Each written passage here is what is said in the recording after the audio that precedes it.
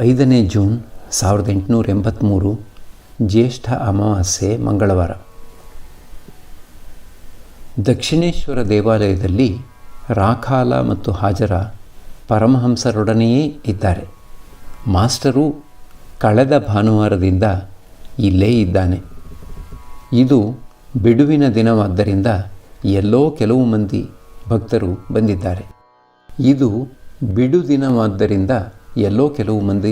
ಬಂದಿದ್ದಾರೆ. ಸಾಮಾನ್ಯವಾಗಿ ಭಾನುವಾರ ಮತ್ತು ರಜಾ ದಿನಗಳಲ್ಲಿ ಜನ ಹೆಚ್ಚಾಗಿ ಬರುತ್ತಾರೆ. ಪರಮಹಂಸರು ಮಧ್ಯಾಹ್ನದ ಊಟವಾದ ನಂತರ ತಮ್ಮ ಪ್ರೇಮೋನ್ಮಾದ ಅವಸ್ಥೆಯ ಸಂಬಂಧವಾಗಿ ಇಂದೂ ಹೇಳುತ್ತಿದ್ದಾರೆ. ಶ್ರೀರಾಮಕೃಷ್ಣರು ಮಾಸ್ಟರಿಗೆ, ಏನೇನು ಅವಸ್ಥೆ ಬಂದು ಹೋದವು. ಆಗ ನಾನು ಇಲ್ಲಿ ಊಟ ಮಾಡುತ್ತಿರಲಿಲ್ಲ. ವರಾಹನಗರದಲ್ಲೋ ಅರಿಯದಹದಲ್ಲೋ ಯಾರಾದರೂ ಒಬ್ಬ ಬ್ರಾಹ್ಮಣನ ಮನೆಗೆ ಹೋಗಿ ಝಾಂಡ ಹಾಕುತ್ತಿದ್ದೆ. ಹಾಗೆ ಹೋದಾಗಲೆಲ್ಲ ಸಾಮಾನ್ಯವಾಗಿ ಅದು ಆ ವೇಳೆಯೇ ಆಗಿರುತ್ತಿತ್ತು. ಮನೆಯ ಒಳಕ್ಕೆ ಹೋಗಿ ಒಂದೂ ಮಾತು ಆಡದೆ ಸುಮ್ಮನೆ ಕುಳಿತಿರುತ್ತಿದ್ದೆ. ಮನೆಯವರೇನಾದರೂ ನಾನೇಕೆ ಬಂದಿದ್ದೇನೆ ಎಂದು ಕೇಳಿದರೆ ಹೇಳಿಬಿಡುತ್ತಿದ್ದೆ, ನಾನು ಇಲ್ಲಿ ಊಟ ಮಾಡುತ್ತೇನೆ ಎಂದು. ಇನ್ನೇನೂ ಮಾತಾಡುತ್ತಿರಲಿಲ್ಲ. ಒಂದೊಂದು ದಿನ ಆಲಂ ಬಜಾರಿನ ರಾಮ ಚಟ್ಟೋಪಾಧ್ಯಾಯನ ಮನೆಗೆ ಹೋಗುತ್ತಿದ್ದೆ. ಇನ್ನು ಕೆಲವು ದಿನ ದಕ್ಷಿಣೇಶ್ವರದ ಚೌಧರಿಯ ಮನೆಗೆ ಹೋಗುತ್ತಿದ್ದೆ. ಆದರೆ ಚೌಧರಿಯ ಮನೆಯ ಊಟ ನನಗೆ ರುಚಿಸುತ್ತಿರಲಿಲ್ಲ. ಒಂದು ದಿನ ನನ್ನನ್ನು ದೇವೇಂದ್ರನಾಥ ಠಾಕೂರನ ಮನೆಗೆ ಕರೆದುಕೊಂಡು ಹೋಗುವಂತೆ ಮಥುರ ಬಾಬುವನ್ನು ಪಟ್ಟಾಗಿ ಹಿಡಿದೆ. ಆತನಿಗೆ ಹೇಳಿದೆ, ದೇವೇಂದ್ರ ಭಗವದ್ಭಕ್ತ, ಆತನನ್ನು ನೋಡಬೇಕು ಅಂತ ಅನಿಸುತ್ತಿದೆ, ಕರೆದುಕೊಂಡು ಹೋಗುತ್ತೀಯಾ ನನ್ನನ್ನು? ಮಥುರ ಬಾಬುವಿಗೆ ತನ್ನ ದೊಡ್ಡಸ್ತಿಕೆಯ ಅಭಿಮಾನ ಬಹಳ. ಆತ ಆಹ್ವಾನವಿಲ್ಲದೆ ಇನ್ನೊಬ್ಬನ ಮನೆಗೆ ಹೋಗೋ ಬಗೆ ಹೇಗೆ? ಮೊದಲು ಸ್ವಲ್ಪ ಹಿಂಜರಿದ. ಬಳಿಕ ಹೇಳಿದ, ನಾನೂ ಅವನೂ ಹಿಂದೆ ಒಂದೇ ಕ್ಲಾಸಿನಲ್ಲಿ ಓದಿದವರು. ಆದ್ದರಿಂದ ಹೊರಡಿ, ಕರೆದುಕೊಂಡು ಹೋಗುತ್ತೇನೆ. ಒಂದು ದಿನ ಯಾರೋ ನನ್ನ ಕಿವಿಗೆ ಹಾಕಿದರು, ಬಾಗ್ ಬಜಾರಿನ ಸೇತುವೆ ಹತ್ತಿರ ದೀನ ಮುಖ್ಯೋಪಾಧ್ಯಾಯ ಎಂಬ ಹೆಸರಿನ ಒಬ್ಬ ಭಕ್ತ ವಾಸವಾಗಿದ್ದಾನೆ ಎಂಬುದಾಗಿ. ನನ್ನನ್ನು ಅಲ್ಲಿಗೆ ಕರೆದುಕೊಂಡು ಹೋಗಬೇಕು ಎಂಬುದಾಗಿ ಮತ್ತೆ ಮಥುರಬಾಬುವನ್ನು ಹಿಡಿದೆ. ಮಥುರಬಾಬು ವಿಧಿಯಿಲ್ಲದೆ ನನ್ನನ್ನು ಅಲ್ಲಿಗೆ ಕರೆದುಕೊಂಡು ಹೋದ. ಆತನ ಮನೆ ಬಹಳ ಪುಟ್ಟದು. ದೊಡ್ಡದೊಂದು ಗಾಡಿ ಮಾಡಿಕೊಂಡು ಒಬ್ಬ ದೊಡ್ಡ ಮನುಷ್ಯ ಅವರ ಮನೆಗೆ ಬಂದಿರುವುದನ್ನು ನೋಡಿ ಅವರೂ ದಿಗ್ಭ್ರಮೆ ಹಿಡಿದವರಾಗಿ ತೋರಿಬಂದರು. ನಮಗೂ ಮುಖ ಒಂದು ಸ್ವಲ್ಪ ಸಣ್ಣಗಾಯಿತು. ಸಾಲದುದಕ್ಕೆ ಅವರ ಮನೆಯಲ್ಲಿ ಉಪನಯನ ಬೇರೆ. ಎಲ್ಲಿ ಕೂರಿಸಿಯಾರು ನಮ್ಮನ್ನು? ನಾವು ಒಂದು ಪಕ್ಕದ ಕೊಠಡಿಗೆ ಪ್ರವೇಶ ಮಾಡುವುದರಲ್ಲಿದ್ದೆವು. ಹತ್ತಿರದಲ್ಲಿದ್ದವರು ಕೂಗಿಕೊಂಡರು, ಒಳಗೆ ಹೆಂಗಸರು, ಹೋಗಬೇಡಿ. ಬಹಳವಾಗಿ ಮುಖ ಚಿಕ್ಕದಾಯಿತು. ಹಿಂದಿರುಗುವಾಗ ಮಥುರಬಾಬು ಹೇಳಿದ, ಬಾಬು, ನೀವು ಹೇಳಿದ ಹಾಗೆ ನಾನು ಇನ್ನೆಂದಿಗೂ ಕೇಳುವುದಿಲ್ಲ. ನಾನು ಸುಮ್ಮನೆ ನಕ್ಕುಬಿಟ್ಟೆ. ಓ, ಏನವಸ್ಥೆ ಬಂದು ಹೋಯಿತಪ್ಪ. ಒಮ್ಮೆ ಕುಮಾರ ಸಿಂಗ್ ಎಂಬುವನು ಸಾಧುಗಳಿಗೆ ಭೋಜನ ಏರ್ಪಡಿಸಿ ನನ್ನನ್ನೂ ಆಹ್ವಾನಿಸಿದ. ಅಲ್ಲಿಗೆ ಹೋಗಿ ನೋಡುತ್ತೇನೆ, ಅನೇಕ ಜನ ಸಾಧುಗಳು ಬಂದು ಬಿಟ್ಟಿದ್ದಾರೆ. ನಾನು ಅಲ್ಲಿ ಕುಳಿತುಕೊಂಡ ನಂತರ ನಾನಾರು ಎಂತು ಎಂಬುದಾಗಿ ಸಾಧುಗಳು ನನ್ನ ಮೇಲೆ ಪ್ರಶ್ನೆಗಳ ಸುರಿಮಳೆಯನ್ನೇ ಕರೆದರು. ಆಗ ಅನಿಸಿತು, ಅಲ್ಲಿಂದ ಎದ್ದು ಹೋಗಿ ಬೇರೆ ಕಡೆ ಒಂಟಿಯಾಗಿ ಕುಳಿತುಕೊಂಡು ಬಿಡೋಣವೇ ಎಂದು. ಇಷ್ಟೊಂದು ಸುದ್ದಿ ಸಮಾಚಾರವೆಲ್ಲ ಇವರಿಗೇಕೆ ಎಂದೆನಿಸಿತು. ಎಲೆ ಹಾಕಿದೊಡನೆಯೇ ಎಲ್ಲರೂ ಊಟಕ್ಕೆ ಕುಳಿತರು. ಆಪೋಷಣ ಮಂತ್ರ ಹೇಳುವುದಕ್ಕೆ ಮುಂಚೆಯೇ ನಾನು ಊಟ ಮಾಡಲು ಶುರು ಮಾಡಿದೆ. ಸಾಧುಗಳಲ್ಲಿ ಅನೇಕರು ಹೇಳುತ್ತಿದ್ದುದು ಕಿವಿಗೆ ಬಿತ್ತು, ಛೇ, ಎಂಥ ಮನುಷ್ಯ ಈತ. ಗಂಟೆ ಸಾಯಂಕಾಲ 5. ಪರಮಹಂಸರು ತಮ್ಮ ಕೊಠಡಿಯ ವರಾಂಡದ ಹಂತಗಳ ಮೇಲೆ ಕುಳಿತಿದ್ದಾರೆ. ರಾಖಾಲ, ಹಾಜರ, ಮಾಸ್ಟರ್ ಅವರ ಹತ್ತಿರ ಕುಳಿತಿದ್ದಾರೆ. ಹಾಜರಾನ ಭಾವ ಸೋಹಂ ಎಂದರೆ ನಾನೇ ಬ್ರಹ್ಮ ಎಂಬ ಭಾವ. ಶ್ರೀರಾಮಕೃಷ್ಣರು ಹಾಜರಾಣಿಗೆ, ಹೌದು, ಭಗವಂತನೇ ಆಸ್ತಿಕನ ನಾಸ್ತಿಕನ, ಒಳ್ಳೆಯದರ ಕೆಟ್ಟದರ, ಸತ್ನ ಅಸತ್ನ ರೂಪಗಳಲ್ಲಿ ವ್ಯಕ್ತವಾಗಿದ್ದಾನೆ. ಜಾಗೃತ್ ಸುಷುಪ್ತಿ ಮೊದಲಾದ ಅವಸ್ಥೆಗಳಲ್ಲಿಯೂ ಆತ ಇದ್ದಾನೆ. ಮತ್ತೆ ಆತ ಇವುಗಳೆಲ್ಲಕ್ಕೂ ಅತೀತ ಎಂಬುವ ಅನುಭವ ದೊರೆತುದೇ ಆದರೆ ಎಲ್ಲ ಗೊಂದಲಗಳು, ತೊಡಕುಗಳು ಕೊನೆಗಾಣುತ್ತವೆ. ಒಬ್ಬ ರೈತನಿಗೆ ಮಕ್ಕಳೇ ಇಲ್ಲದೇ ಇದ್ದು ಮುಪ್ಪಿನಲ್ಲಿ ಒಂದು ಗಂಡು ಮಗು ಆಯಿತು. ಮಗುವನ್ನು ಬಹಳ ಪ್ರೀತಿಯಿಂದ ಸಾಕಲಾರಂಭಿಸಿದ. ಆ ಮಗು ಕ್ರಮೇಣ ದೊಡ್ಡ ಹುಡುಗನಾಗಿ ಬೆಳೆಯಿತು. ಒಂದು ದಿನ ರೈತ ಹೊಲದಲ್ಲಿ ಕೆಲಸ ಮಾಡುತ್ತಿದ್ದಾಗ ಒಬ್ಬ ಬಂದು ತಿಳಿಸಿದ, ನಿಮ್ಮ ಹುಡುಗನ ದೇಹ ಚಿಂತಾಜನಕ ಸ್ಥಿತಿಯಲ್ಲಿದೆ.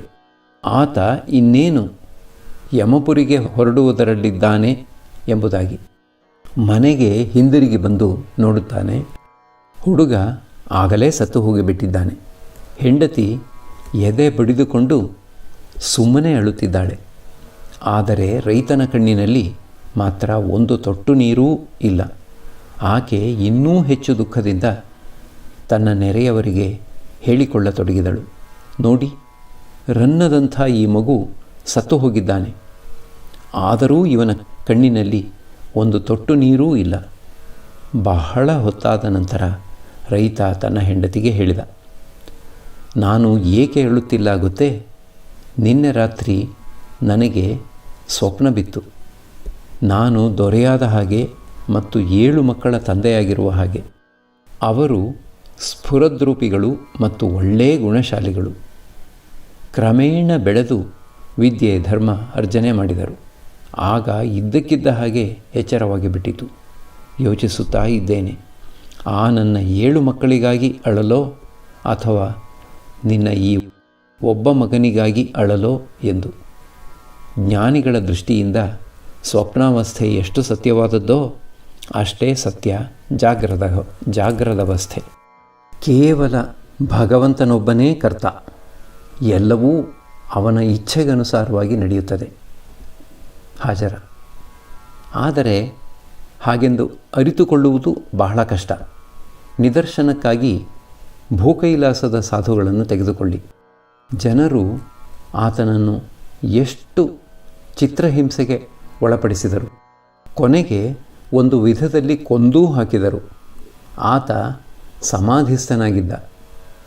ಮೊದಲು ಆತನನ್ನು ನೆಲದಲ್ಲಿ ಹೂಳಿದರು, ಬಳಿಕ ನೀರಿನಲ್ಲಿ ಮುಳುಗಿಸಿದರು. ಅನಂತರ ಕೆಂಪಗೆ ಕಾದ ಕಬ್ಬಿಣದಿಂದ ಬರೆ ಹಾಕಿದರು.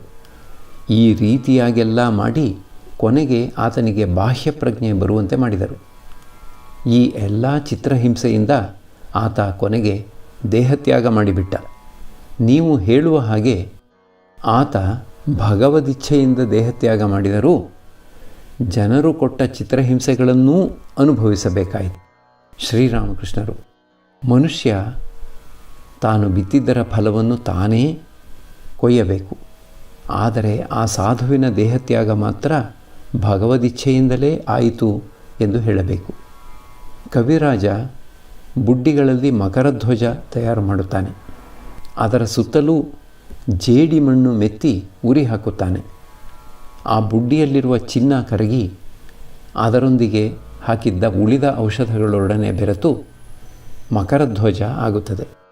ಬಳಿಕ ಕವಿರಾಜ ಆ ಬುಡ್ಡಿಯನ್ನು ಹೊರಕ್ಕೆ ತೆಗೆದು ಎಚ್ಚರಿಕೆಯಿಂದ ಅದನ್ನು ಒಡೆದು ಮಕರಧ್ವಜವನ್ನು ಬೇರ್ಪಡಿಸುತ್ತಾನೆ. ಔಷಧ ತಯಾರಾದ ನಂತರ ಆ ಬುಡ್ಡಿಯನ್ನು ಹಾಗೇ ಉಳಿಸಿಕೊಂಡರೆ ತಾನೇ ಏನು, ಒಡೆದು ಹಾಕಿದರೆ ತಾನೇ ಏನು? ಹಾಗೆಯೇ ಜನರೇನೋ ಭಾವಿಸಿಕೊಳ್ಳುತ್ತಾರೆ, ಆ ಸಾಧುವನ್ನು ಕೊಂದು ಹಾಕಿಬಿಟ್ಟರಲ್ಲ ಎಂದು. ಬಹುಶಃ ಆತನ ಆಂತರ್ಯ ಆಗಲೇ ಹಣ್ಣಾಗಿ ಬಿಟ್ಟಿರಬೇಕು. ಭಗವಂತನ ಸಾಕ್ಷಾತ್ಕಾರವಾದ ನಂತರ ಶರೀರ ಇದ್ದರೇನು ಹೋದರೇನು. ಭೂಕೈಲಾಸ ಸಾಧು ಸಮಾಧಿಸ್ಥನಾಗಿದ್ದ. ಸಮಾಧಿಗಳಲ್ಲಿ ಅನೇಕ ಬಗೆ. ಒಮ್ಮೆ ಹೃಷಿಕೇಶದ ಸಾಧು ನನಗೆ ಹೇಳಿದ ಮಾತುಗಳಿಗೂ ನನ್ನ ಅನುಭವಗಳಿಗೂ ತಾಳೆಯಾಗಿ ಬಿಟ್ಟಿತು. ಕೆಲವು ವೇಳೆ ಕುಂಡಲಿನಿ ಶಕ್ತಿ ನನ್ನ ಶರೀರದೊಳಗೆ ಇರುವೆಯ ಹಾಗೆ ಚಲಿಸುವುದು ನನ್ನ ಅನುಭವಕ್ಕೆ ಬಂದಿದೆ. ಇನ್ನು ಕೆಲವು ವೇಳೆ ಅದು ಕಪಿ ಒಂದು ಕೊಂಬೆಯಿಂದ ಇನ್ನೊಂದು ಕೊಂಬೆಗೆ ನೆಗೆಯೋ ಹಾಗೆ ಚಂಗ್ ಚಂಗ್ ಅಂತ ಚಲಿಸುವುದು ನೋಡಿದ್ದೇನೆ. ಅನುಭವ ಆಗಿರುವವರಿಗೆ ಮಾತ್ರವೇ ಇದು ಏನು ಎಂಬುದು ಗೊತ್ತಾಗುತ್ತದೆ. ಸಮಾಧಿಯಲ್ಲಿ ಈ ಜಗತ್ತು ಮರೆತೇ ಹೋಗಿಬಿಡುತ್ತದೆ. ಮನಸ್ಸು ಅಲ್ಲಿಂದ ಸ್ವಲ್ಪ ಕೆಳಕ್ಕೆ ಇಳಿದ ನಂತರ ಹೇಳುತ್ತೇನೆ, ತಾಯಿ, ಇದರಿಂದ ನನ್ನನ್ನು ಮುಕ್ತನನ್ನಾಗಿ ಮಾಡು.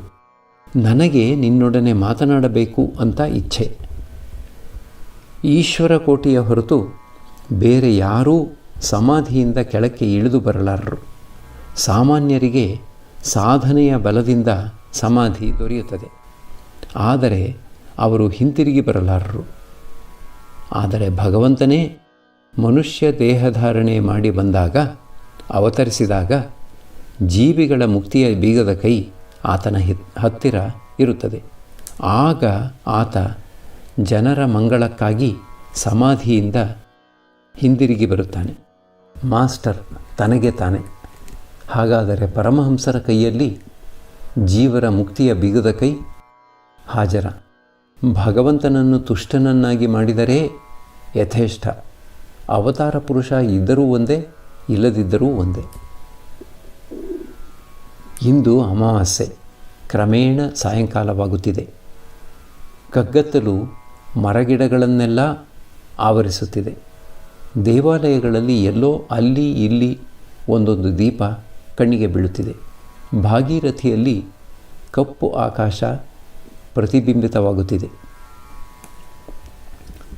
ಪರಮಹಂಸರು ತಮ್ಮ ಕೊಠಡಿಯ ದಕ್ಷಿಣದಲ್ಲಿರುವ ವರಾಂಡಕ್ಕೆ ಹೋಗಿ ಕುಳಿತುಕೊಂಡಿದ್ದಾರೆ. ಪರಮಹಂಸರು ಸ್ವಾಭಾವಿಕವಾಗಿಯೇ ಭಾವಮಯರು. ಕಾಳಿಯ ನೆನಪನ್ನು ತರುವ ಈ ಕಗ್ಗತ್ತಲು ಭಾವವನ್ನು ಇನ್ನೂ ಗಾಢವನ್ನಾಗಿ ಮಾಡಿದೆ.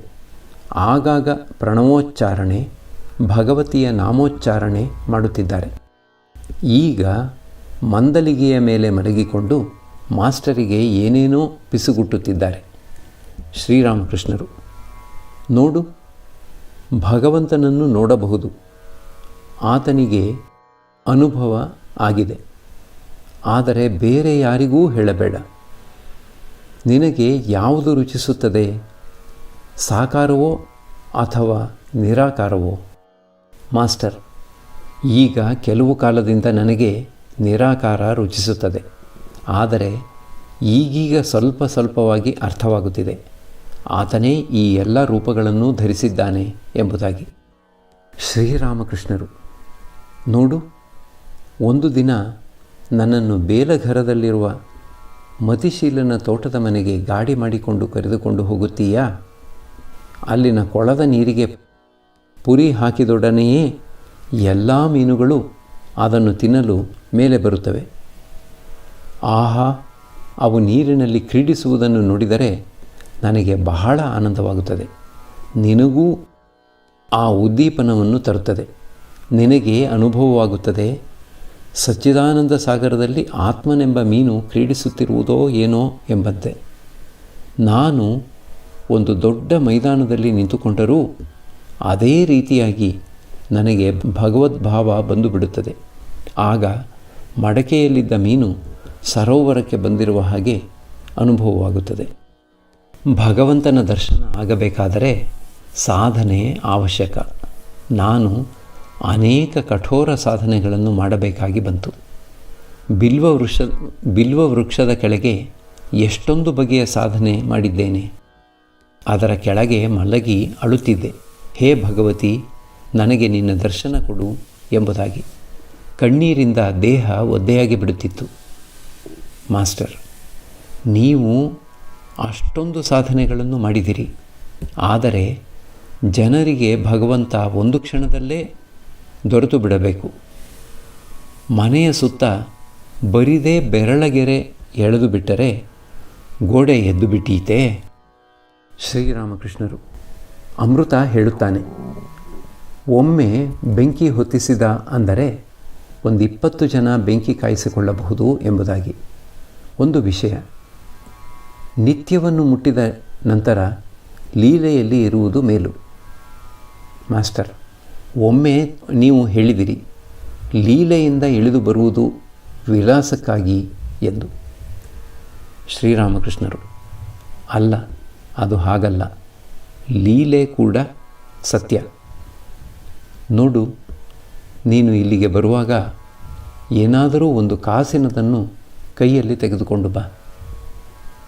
ಅದನ್ನು ನಾನೇ ಹೇಳುವುದು ಸರಿಯಲ್ಲ.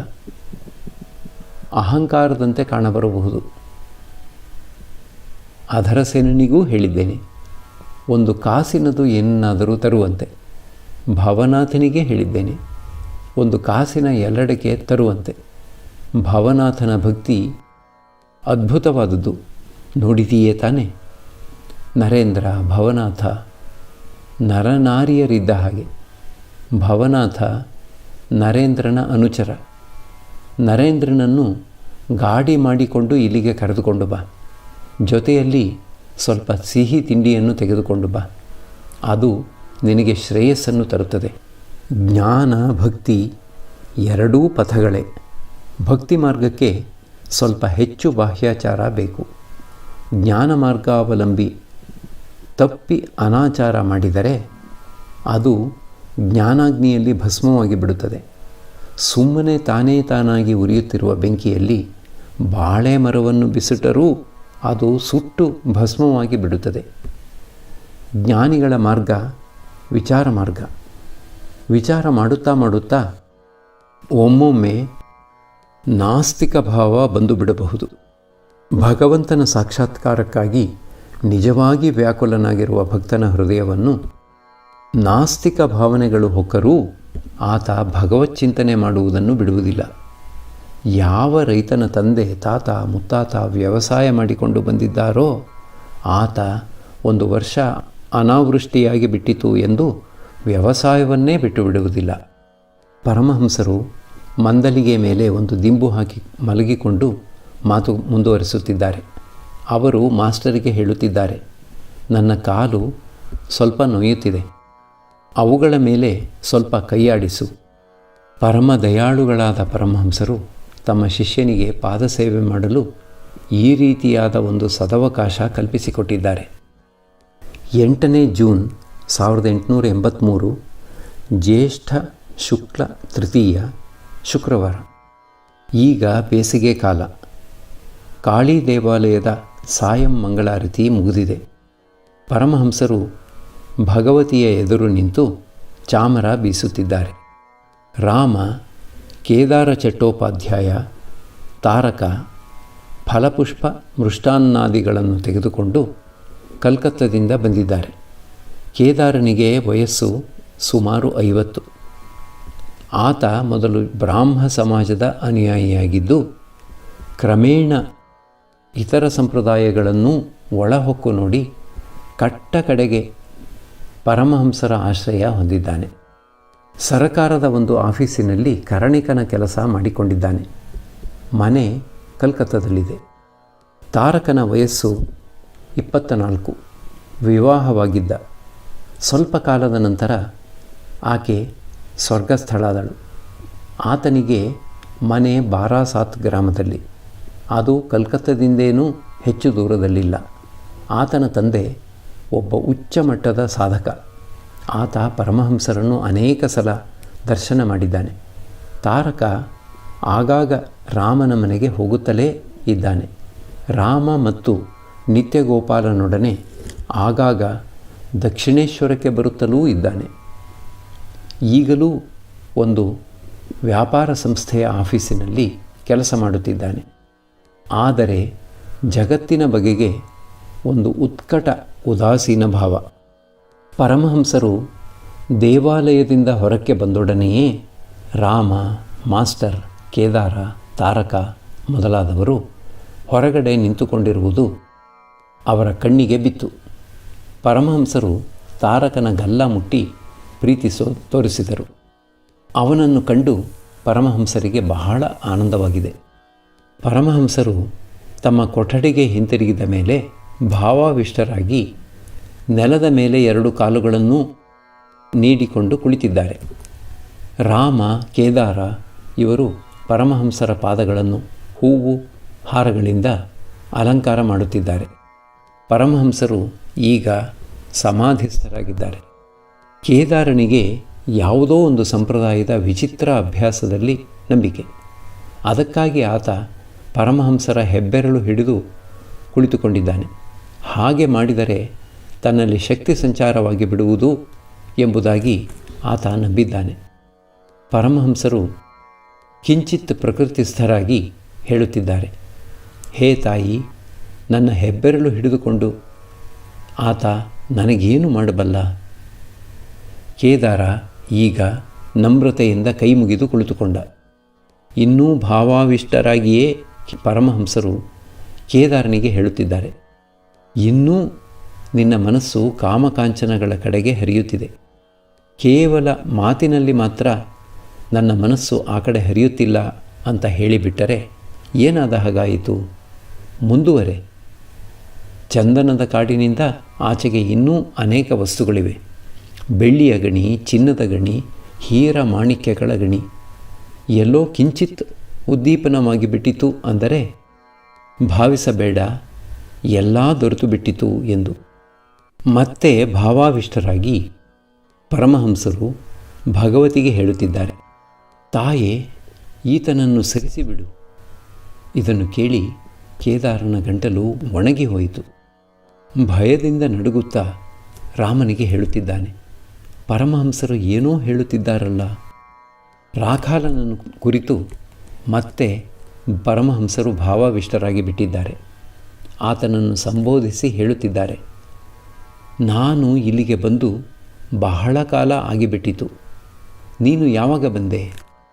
ಪರಮಹಂಸರು ತಾವು ಅವತಾರ ಪುರುಷರು ಮತ್ತು ರಾಖಾಲ ತಮ್ಮ ಸಹಾಯಕ ಮತ್ತು ಅಂತರಂಗ ಭಕ್ತ ಅಂತ ಸೂಚಿಸಿದ್ದಾರೇನು?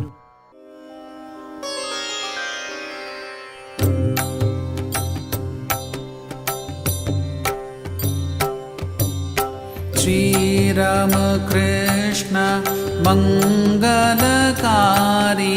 ಶ್ರೀರಾಮ ಕೃಷ್ಣ ಮಂಗಲಕಾರಿ, ಶ್ರೀರಾಮ ಕೃಷ್ಣ ಮಂಗಲಕಾರಿ, ಶ್ರೀರಾಮ ಕೃಷ್ಣ ಮಂಗಲಕಾರಿ.